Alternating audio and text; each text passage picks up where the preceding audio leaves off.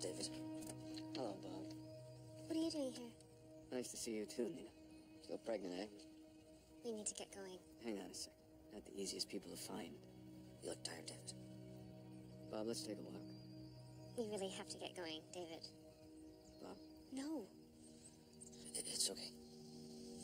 I won't be long. Human cloning is illegal. So is abortion. Bob, you know what you're doing is wrong. Both morally and ethically. I'm coming to terms with it. You ever read a little book called Frankenstein? Nina and I, we're not giving up on this. When our boy grows up, he'll have within him the power to spread a gift throughout the world. He's already got Johnny Appleseed knocking up the entire planet. You're talking about my son. At least come back with me, okay? Come back to the lab. I have to go, David.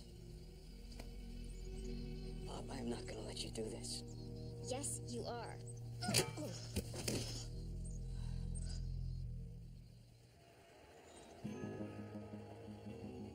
I know when I go, it won't be the normal tick of the clock. It won't be the obligatory flash of my life before me, but the whole spectacle of amino acids, proteins, and DNA codes dancing in my brain.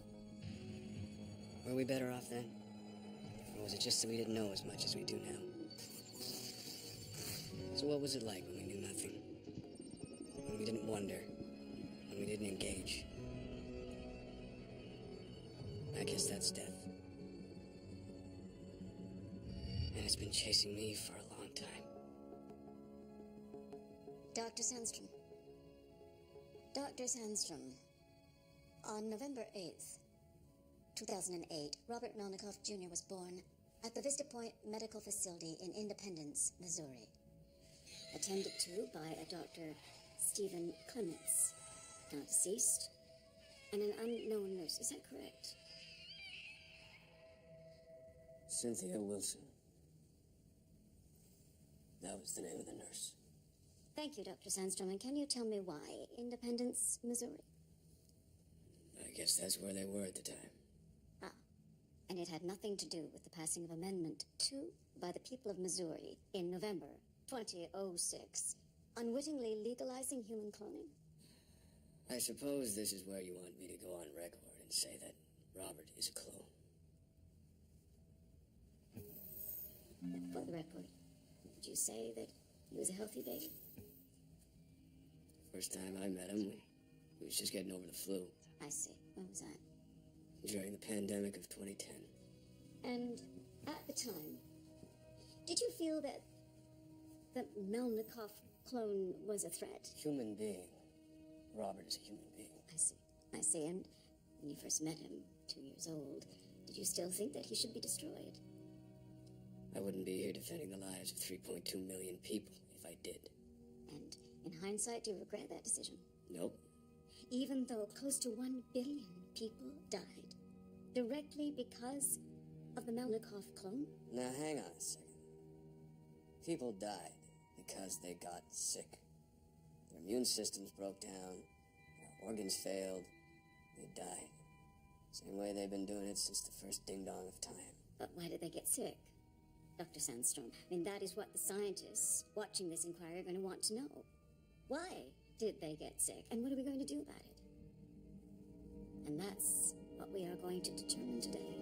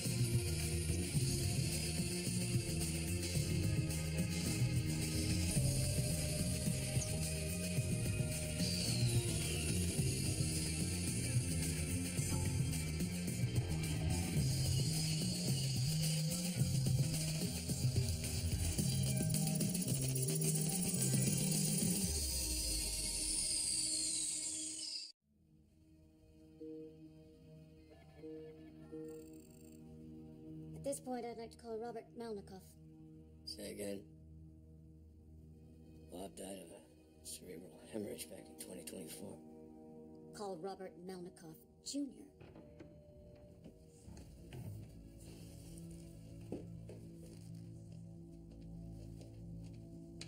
Robert. Hello, David. I am so sorry about all this. Me too.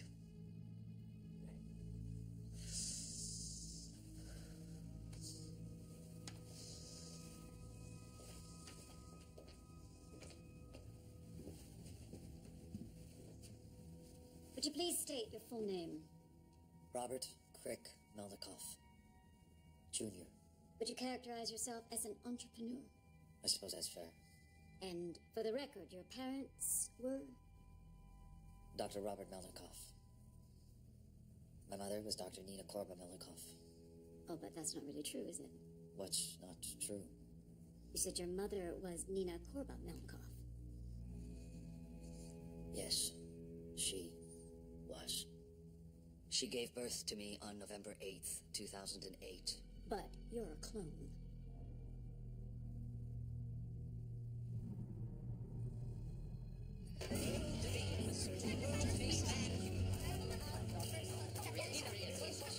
Thanks for taking such an interest in our son. Where do you go from here? What are your plans for the future? We just want to raise Robert to be a good person.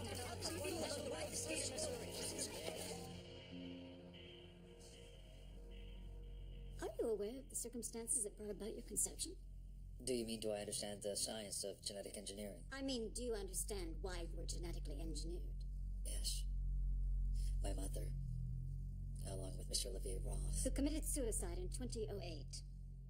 wanted to ensure a generation of empathetic human beings. In 2008, he implanted your father's stem cells in 176 rising politicians. Yes, but that failed. No shit. After that, your mother and father disappeared from the public eye. My mother was afraid of David. She knew that he wouldn't give up. Your parents managed to stay in hiding for some time, largely due to the help of Carlton Riddlemeyer. Is that correct? Yes. Carlton Riddlemeyer retired from the position of Undersecretary for Science and Technology in 2009 after a failed Senate bid. What can you tell us about Carlton Riddlemeyer? Honestly, not much. I never really knew him. Both my mother and Mr. Riddlemeyer died in the 2010 pandemic. And your father? He was fine. He took me to Toronto. I was homeschooled and kept pretty much out of the spotlight. My father was very protective of me until he passed when I was 17. And when you were 18, what did you do?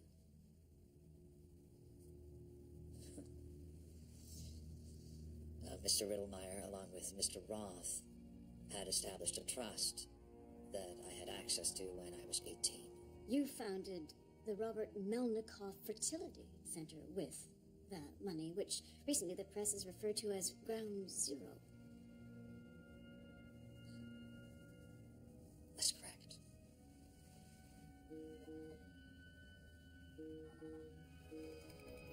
Years ago, the first human clone, Robert Melnikoff Jr., was born into this world with a gift from mankind, the gift of empathy. Now, the Robert Melnikoff Jr. Fertility Center can offer an evolutionary breakthrough, the awakening of your Jacobson's organ. Simply put, this gland, located here at the base of the nasal cavity, can help us understand one another. Empathy is the gift of knowledge, understanding, and compassion. That infomercial ran in 178 countries and 45 languages, Your including Estonia. fertility center was entirely devoted to the sales and distribution of your sperm to hundreds and thousands of women throughout the world.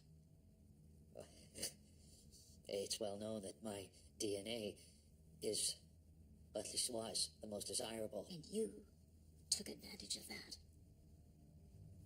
I believed I had a product that people wanted.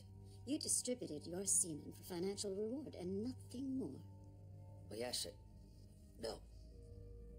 I mean, it was business, but I wanted to carry out my parents' desire, to make the world a better place. Did you run extensive tests on your sperm?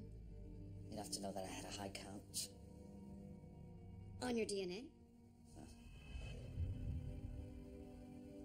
Enough to know that I was an identical clone of my father. And did you check for retrovirus activation? You don't understand. I did not know at that time. So you had no idea what you were spreading out in the world? I believed that I was spreading a gift of empathy to families who wanted children. And how long did you continue to sell this gift after it was considered ground zero for the pandemics that were sweeping the world? I stopped immediately. And isn't it true that a World Science and Technology Court order was issued demanding that you appear here? Yes. Mr. Malikoff, we are talking about close to 1 billion people who died because of what you released into this world. He was 2 years old when all of this happened. You're asking him to answer the questions he knows nothing about. I assume that you were referring to the flu pandemic of 2010. Well, that's the theory that's on the table, isn't it? You may step down, Mr. Malikoff.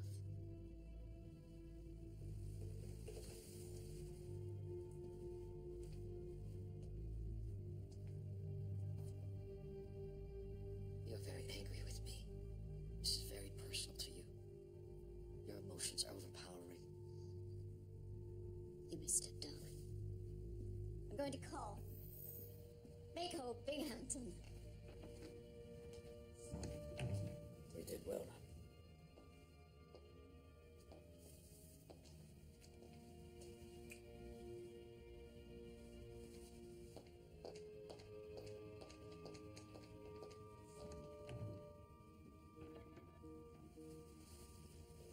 Would you please tell me your name? Mako Tran Binghamton. Can I ask you your age? Did you ask anyone else their age? When were you born? April 2nd, 1980. So, that would make you... Older than you. So why is it that you appear to be a woman in her late 20s?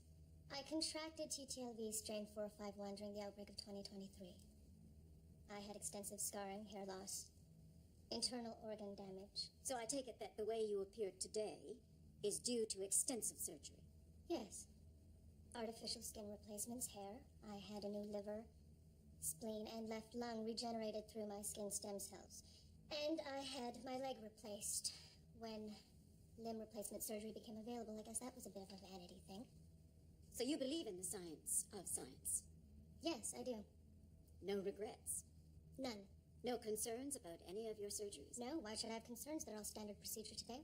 Yes, but at the time, some of what you had done was considered highly experimental. I am a scientist. I believe in science. Experiments, research. That is how we learn. It's how we get it right. So do you think that science, as we see it today, is a responsible discipline? Yes. Even though, according to the most recent research, it took the scientific community 35 years to realize that the flu pandemic of 2010 was directly responsible for the DNA mutation of the Meldikoff clone? I'm sorry, I wouldn't know. I didn't read the research. Well, then, as a scientist, perhaps you can tell me why it took Norback so long to become involved in the flu pandemic of 2010. Well,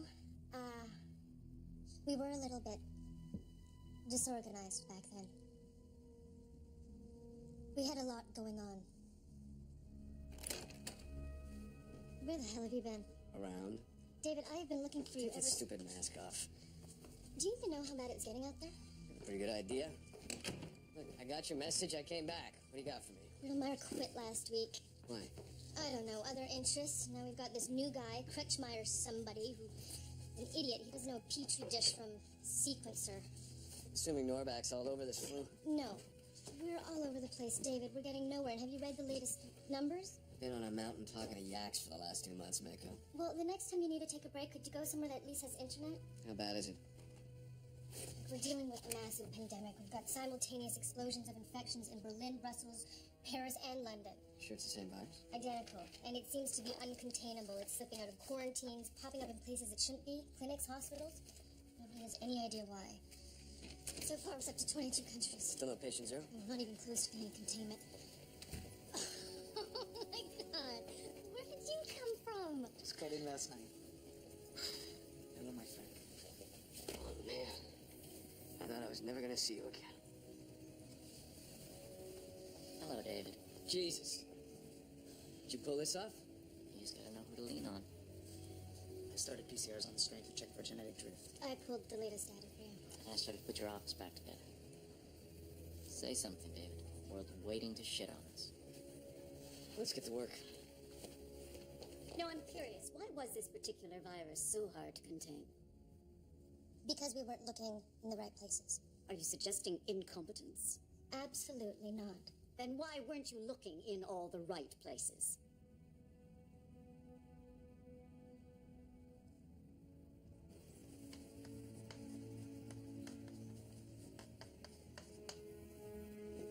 You wanted a virologist named Anuka? Oh, Kimba, you find her? Yeah, flying in today by the military. Great. What about Jill? She last worked at Scripps in La Jolla, quit a year ago and is MIA. How you doing? Moved back in, trying to get up to speed. I got so much to catch up on. I mean, how you doing, Wes? Great. The stem cell therapy on the liver took, HCV is eradicated, and we're really close to the HIV, so... Walking testimonial of science, eh?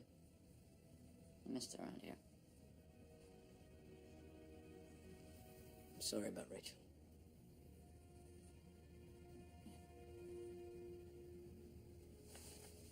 Welcome back. Thank you. Norback wasn't the only lab working on the virus at this time. God, no. I think every lab in the world was testing, treating, doing whatever they could. Well, then why don't we focus on what you do know? What was Norback doing? I got the latest from Europe. Patients in hospitals have doubled overnight.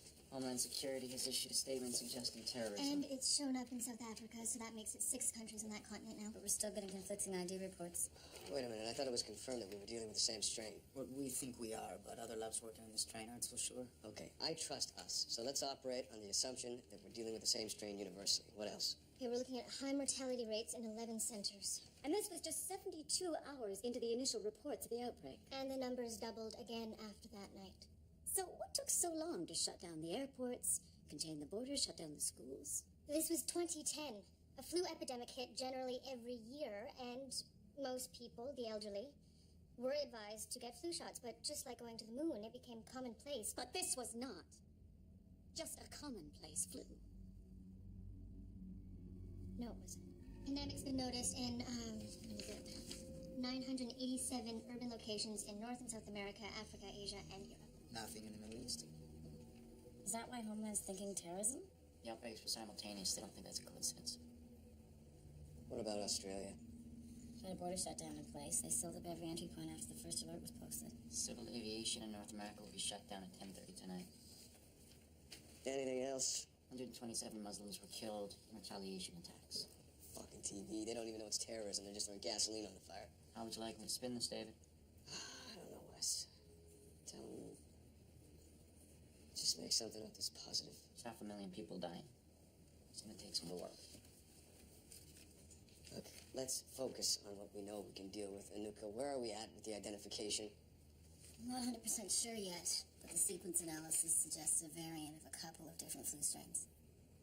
These test results are from flu kits. Why hasn't anybody done a complete sequence to ID the strain? The flu kits are fast. They're not... They're non-specific, and there's like an error rate of 60%. That's with trained personnel doing them. Yes, that's what I was saying. Since so many lab techs are sick, that's all the hospitals have to use. Sick lab techs? Well, all the outbreaks, attacks, whatever. They were first noticed in hospitals and clinics. Okay. Okay. So we got, lab techs. We got hospitals. We got clinics. What else? The first sick aren't patients or doctors, sort of what they call windowless workers. Cleaning staff, lab scientists, audiology, basement workers, essentially. Wait a minute. What? Holy shit. What is it? This looks a hell of a lot like Spanish flu. How can you know that? Just take a look at the protein signatures. I mean, there might be a variant, but that is the fucking Spanish flu. I'd recognize that as well as I'd recognize my own handwriting. Mike, David Sandstrom, look, I need to get my hands on one of those microarray chips we were working on. I know it's not complete. Listen, it'll be faster and more accurate than anything we've got. And we need answers now. Where did this chip come from? Huh? How did you design the chip to be able to sequence the Spanish flu so effectively? Well, I was helping develop the chip with some researchers from McGill University in Montreal. The Spanish flu is one of my passions. Illegally? What? You were designing the chip without government approval. At the time, we didn't have Big Brother telling us what we could or could not do. We could research, we could experiment without the permission of some arbitrary board of overseers. I take it you were opposed to the Singapore Accord of 2032. I don't like anybody telling me what I'm allowed to learn about or wonder at, think. Do you think if that accord were in place when you were researching a way to help Bob Melnikoff Sr. repair his eyesight, that we would be in the same situation as we're in today? What do you think's more important, knowledge or imagination? I don't think that question has any place in this inquiry. No, just answer the question. Maybe I can help you out. Well, I guess I would say knowledge. That's why you're a lawyer. No offense. Scientists use knowledge. But when you have to break new ground, you have to use your imagination. You have to speculate, theorize, hypothesize, sometimes even fantasize for inspiration. And in your wildest imaginings, did you anticipate the death of close to 1 billion people because of the Melnikoff clone? In my wildest imaginings, all I saw were tears of joy in the eyes of my dearest friend as he regained his sight. Let's get back to the microchip. Please continue. Look, the sequencing chip may have been illegal by today's standards, but at the time it was really quite revolutionary. We were in the middle of a crisis, so I went back to work with every tool I had available to me.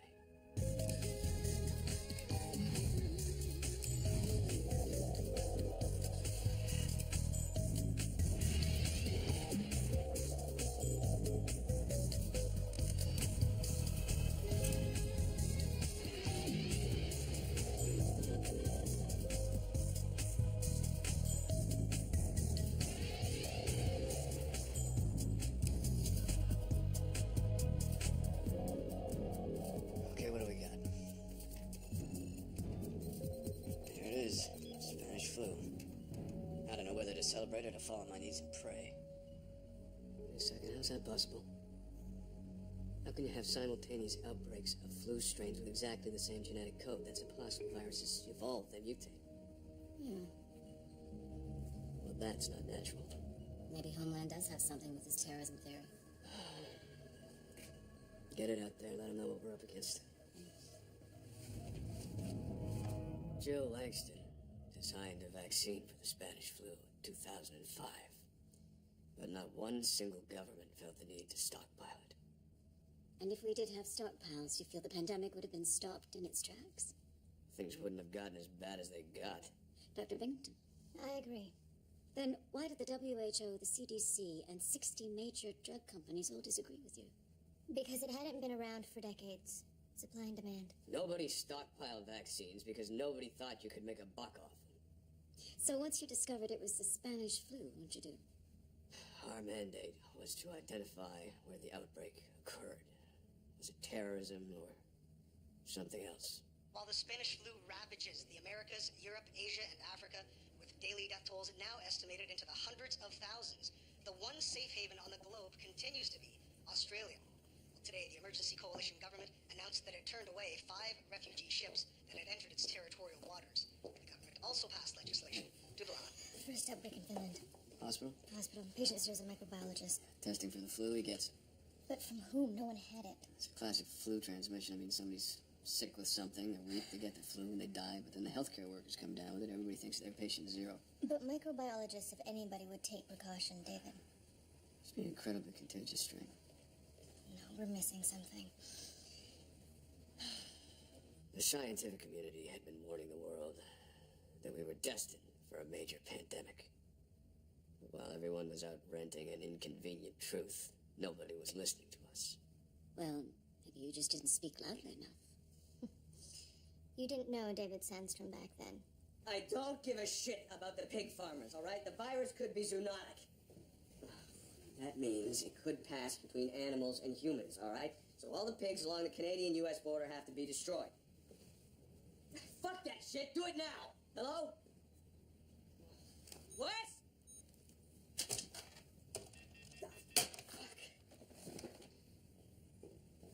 What's up? Could you please call someone in Washington and tell them to stop shipping pigs and cattle and chickens and, I don't know, fucking elephants across the border? They could be carriers. Fine. Someone who would like to speak to you. I don't have time right now. Where's Mako with those distribution shirts? I think you're gonna want to talk to this person. I said I don't have to... Oh, my God. This is my son, David. Robert Crick, Melnikoff Jr. Robert, this is David. Hi. He knows he's been told he's not supposed to touch anyone. Germs. Hey, Mako. How's it going? Good. This is Robert Jr. Robert, this is Mako. Mako. I want to help. I want my job back. How does Nina feel about you coming back? We buried her 11 days ago. No. I've been testing myself and Robert Jr. And, well, we're not contagious. Did you hear about Carlton Riddlemeyer? I did. David, it's in Australia. 6 people who work together. In a hospital? Where'd they work? Some sort of warehouse. Medical arts, surgical supplies. Hospital supply house. Oh, shit. What? What are they supplying? Catheters, sheets, flu kits? Oh, shit. I'll look into it. And that was that. So we were finally able to focus in the right place. The flu pandemic of 2010 that killed 189 million men, women, and children was started by a manufacturing error. They distributed flu test kits to 2,500 labs around the world. Contaminated kits? Apparently somebody accidentally put in a live virus instead of an attenuated one. Accidentally or on purpose? You got a manufacturer? Valtest, FBI speaking to them right now. Okay, Valtest. It says here they're the biggest manufacturer of flu viruses in the world. Oh, great. Okay, we've ID'd it. We have a source. Let's see if we can figure out how to contain this fucking thing. Welcome back, everyone. The death toll would have tripled if we hadn't caught that mistake. But I'm talking about the damage done to the Melnikoff clone. Why don't you just call her? Get her up on the stand. You're dismissed, Dr. Binghamton. Thank you. I would like to call Dr. Lilith Sandstrom. Don't worry, I'll be fine.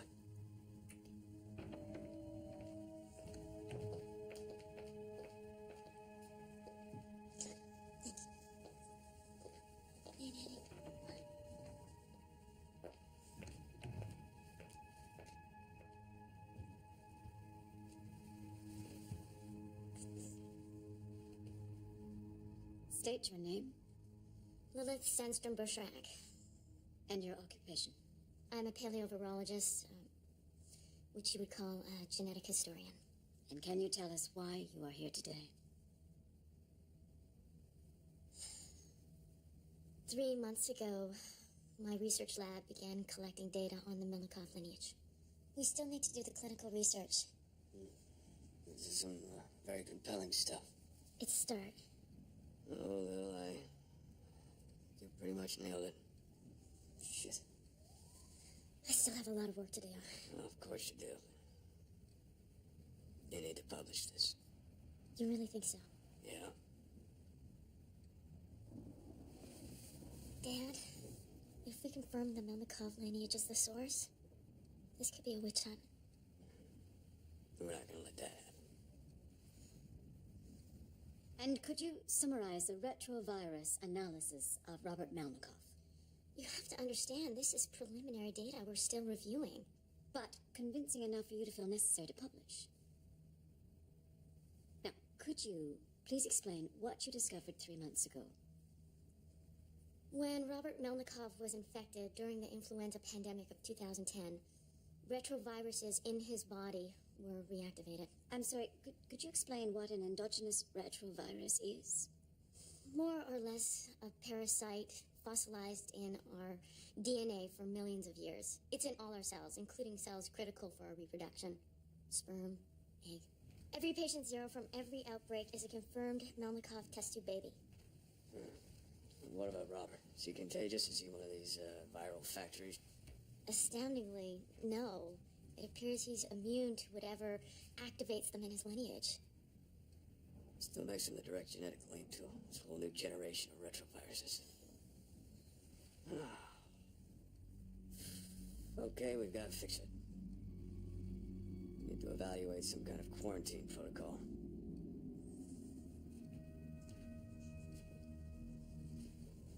How old is he? Oldest of the Melnikov testing babies. William Bergman. He's 17 next month. And the youngest?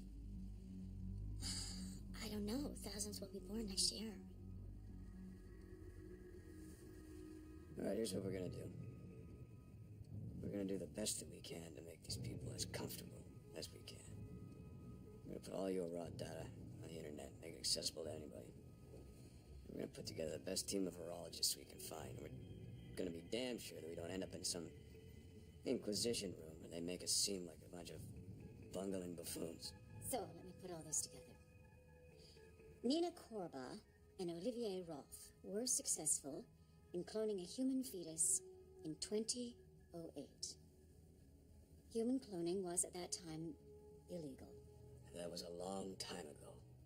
That clone's DNA was altered after infection with a virulent flu strain. Which no one could have anticipated. That eventually opened the door to a multitude of viruses that have laid dormant in the human species for millions of years. The altered DNA was spread when it was used as special empathy sperm for the in vitro fertilization of 3.2 million women.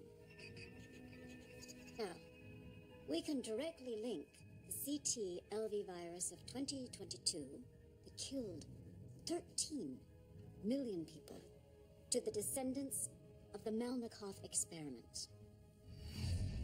The Cambian cell epidemic from 2025 to 2027 took 22 million lives. It too came from... All right, stop it. Robert Melnikov Jr. The HIV-4 strain outbreak of 2034, 6 million dead. I said stop it! We faced those pandemics. And we dealt with them, we learned from them. At what cost? We are not here to dispute the facts. The question is what is to be done with the children.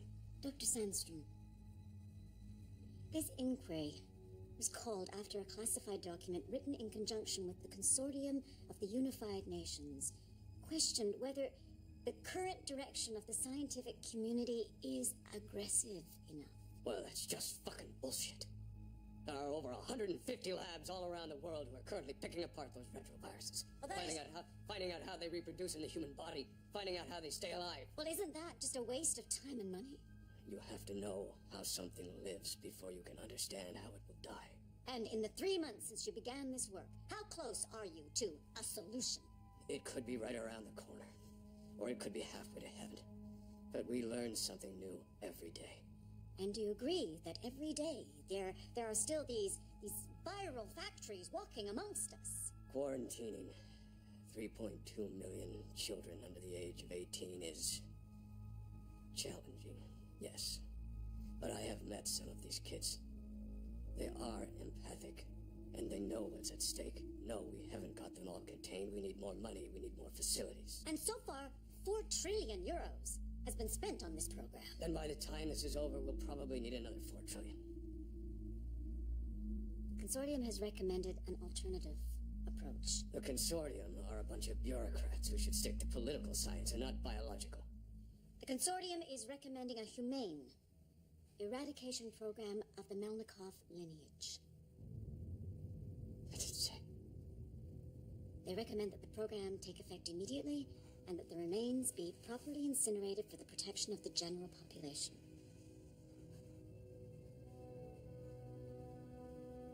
Hope. Those human beings. They've contracted a condition. Not of their own doing. And you are willing to turn your backs on them, rather than allow us the chance to find a solution. No. The recommendation is meant to save the lives of 7 billion people living on this planet. Then you think they'll be safe if the Melnikov lineage is wiped out, is that it? Why risk a definitive solution for the hope of a cure? Because that's how we'll endure. By solving our problems, not running away from them. Because by learning how to stop the Melnikov viruses, we may just learn how to stop the last virus. The last virus? Someday, a virus could evolve to be so perfectly efficient that it will destroy every living thing on this planet. The end. The end of our species. The end of everything.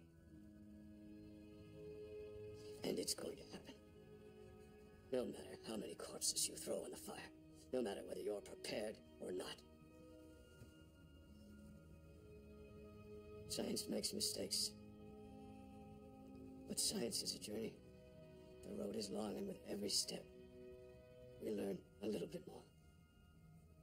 So, you want us to just put our trust in science? I want you to believe in it. I want you to ask yourself, have we gone far enough? And if you find that the answer is yes, fine. You stop. But don't ask me to stop. I can't see the end of the road. And if you just let me keep going, as far as I can, I promise, I will prove to you that there is nothing to be afraid of. That it's just shadows. That 3.2 million people do not have to die because of fear and ignorance. And that what has happened here today need never happen again. Thank you, Dr. Sandstrom.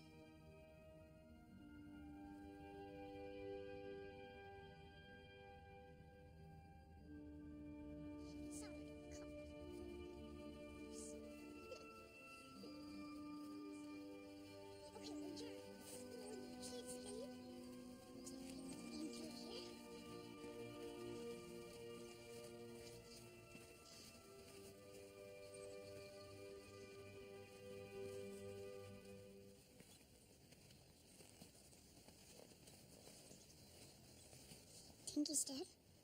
I don't know.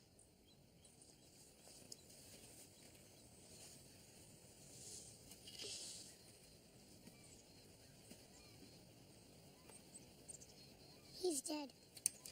Holy shit. Never seen a dead guy. Me neither. What do we do? Whoa! Did you see that?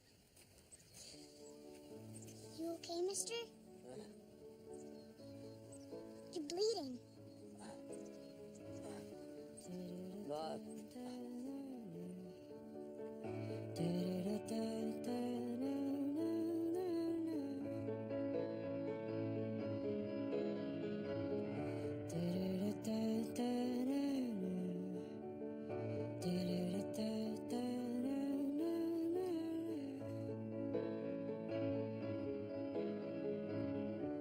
Hey child, things are looking down. That's okay, you don't need to win anyways. Don't be afraid, just eat up all the gray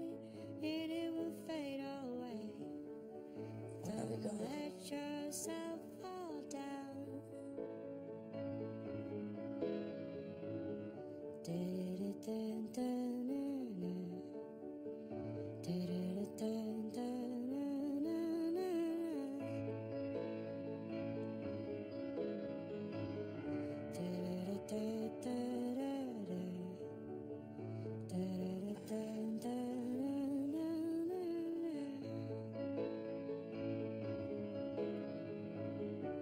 Bad day, looking for the great escape.